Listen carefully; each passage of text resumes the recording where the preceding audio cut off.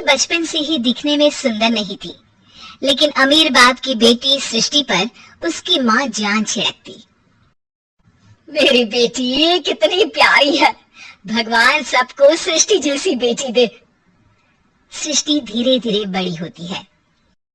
एक दिन सृष्टि की सहेली कहती है, तू दिखने में कितनी अजीब सी है, लेकिन मैं जानती हूँ हम सब में सबसे अच्छी शादी तो तेरी ही होगी।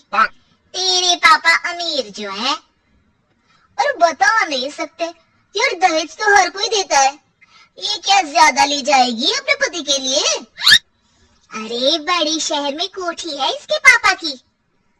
अरे पापा की है ना, कौन सी इसकी है? इसकी होती तब तो कोई भी लड़का इससे शादी कर लेता। अरे पापा की मतलब पापा की है तो मेरी ही है ना। किसने कहा? अब तेरी तो तब होगी ना जब तेरा भाई ना हो। वैसे भी शादी के बाद सारी प्रॉपर्टी भाई के नाम होती है। सृष्टि समझ जाती है कि उसे किसी भी हालत में माँ बाप की सारी प्रॉपर्टी को अपने नाम करना है, लेकिन कैसे? एक दिन सृष्टि का भाई शीनू कहता है, बहन क्या कर रही है? तुझसे एक बात करनी है। अरे हाँ हाँ करना, मैं तो तेरी बहन हूँ। बहन मेरी लाइफ में ना एक लड़की है, बहुत अच्छी है। मैं सोच रहा हूँ माँ और पापा से बात करूँ शादी के लिए। सृष्टि को समझ में आ जाता है कि भाई की शादी होते ही भाभी उसे एक दिन भी घर में बर्दाश्त नहीं करेगी। क्या बात है भाई, बताना कौन है वो? यार वो बहुत अच्छी लड़की है, पढ़ी लिखी है, मेरे साथ जॉब भी करती है। बस एक प्रॉब्लम है। प्रॉब्लम? क्या प्रॉब्लम है भाई? यार वो शादीशुदा है, लेकिन उसके पति ने उसे सिर्फ इसलिए छोड़ दिया क्योंकि उसके माँ बाप दहेज नहीं दे पाए। सृष्टि ये सुनकर न जाने क्यों खुश हो जाती है। अरे भाई तो क्या हुआ, लड़की तुझे तो पसंद है ना। शीनू को लगता है कि बहन उसे समझ रही है। वो इस बात से अनजान होता है कि उसकी बहन की मंशा पूरा घर हड़पने की है। सृष्टि अपनी माँ से कहती है, मम्मी मुझे तो बहुत चिंता है, पता है शीनू क्या कर रहा है? अरे क्या कर रहा है? वो तो काम पर जाता है और वापस घर आता है। नहीं ना माँ, वो यही तो नहीं कर रहा, बाकी सब कर रहा है। आपको पता है उससे प्यार है, और वो भी एक शादीशुदा लड़की से। ये क्या हो गया? मैं सोसाइटी में क्या मुंह दिखाऊंगी? अरे तेरे पापा तो यही कहेंगे कि मैंने ही उसे बिगाड़ दिया है। माँ देखो मेरी बात मानो, पापा पर भी विश्वास करने की जरूरत नहीं है। अब आप ही बताओ, पापा इतनी देर घर के बाहर रहते हैं क्यों? बोलो। अरे बेटा वो तो नौकरी करते हैं ना। तू बहुत भोली है माँ, पापा का ऑफिस तो 7 बजे खत्म हो जाता है, लेकिन देखो कितनी देर से आते हैं। अरे नहीं नहीं बेटा, ऐसी कोई बात नहीं है।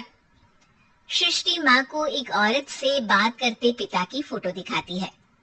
देखो माँ कैसे हैं पापा, मैं ना कहती थी कि पापा सही नहीं है। मैं तेरे पापा से बात करूंगी, दे फोटो मुझे। ओ माँ वो तो डिलीट हो गई। लेकिन चल तूने तो देख लिया ना, पापा से बाद में बात कर लेना, और हाँ मेरा नाम बिल्कुल मत लेना। हाँ माँ। अब क्या था, सृष्टि की माँ और पिता के बीच झगड़ा होना शुरू हो जाता है। सृष्टि के मन में क्या चल रहा था कोई नहीं जानता था। एक दिन, माँ सृष्टि के लिए एक लड़का देखा है, वो लोग शाम को उसे देखने आने वाले हैं। और हाँ माँ एक खुशखबरी, मैं और पापा मिलकर एक नया बिजनेस ट्राई कर रहे हैं। शाम को लड़का आता है, सांवले रंग का। सृष्टि को तो बिल्कुल भी पसंद नहीं आता। लड़की की माँ कहती है, लड़की का चेहरा तो कोई खास नहीं, लेकिन अगर मेरे बेटे को आप लोग सेटल कर दे तो मैं उसकी शादी आपकी बेटी से करवा दूं। सृष्टि को लड़का बिल्कुल पसंद नहीं था। उसे भाई पर गुस्सा आ जाता है। लड़के वालों के जाने के बाद कहती है, माँ देखा शीनू मेरे लिए कैसा लड़का लेकर आया, न दिखाने लायक न सुनने लायक, सेटल भी नहीं, वो भी हम करें।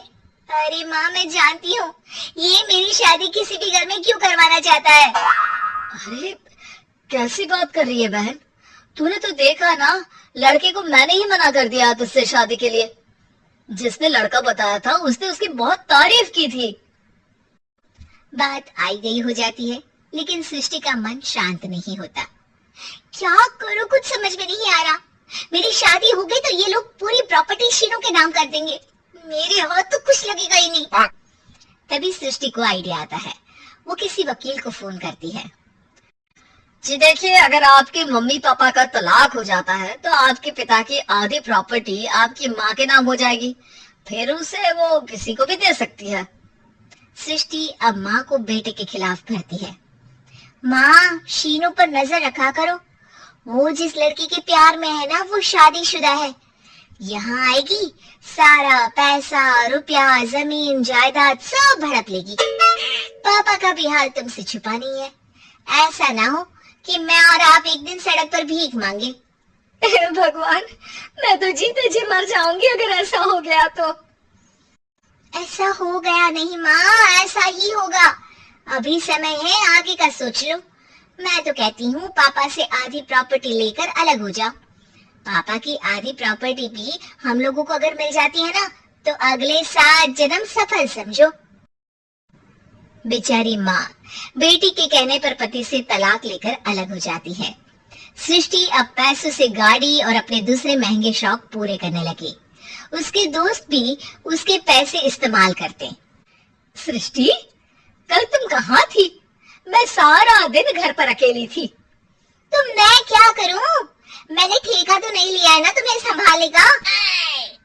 माँ को सृष्टि से ये उम्मीद नहीं थी। वो बैठकर रोने लगती है। वहीं उसका पति यानी कि सृष्टि के पिता आ जाते हैं। मैं जानता था कि तुम्हारा यही हाल होगा, तो आपने मुझे रोका क्यों नहीं? मैं रोकता तो तुम रुकती क्या? सृष्टि के कहने पर तुमने मुझ पर अपने बेटे पर शक किया, लेकिन तुम ये भूल गई कि कैसे हम दोनों ने मिलकर जीवन में इतना सब खड़ा किया। माँ पति के गले लग जाती है। मुझे माफ कर दीजिए, मैंने आपकी कमाई का एक बड़ा हिस्सा गवा दिया। कोई बात नहीं, तुम साथ हो तो मैं ऐसी 7 प्रॉपर्टी खड़ी कर दूंगा। तभी वहाँ सृष्टि आ जाती है रोते हुए। माँ, मयंक ने मुझे छोड़ दिया। वो बोल रहा था जब तक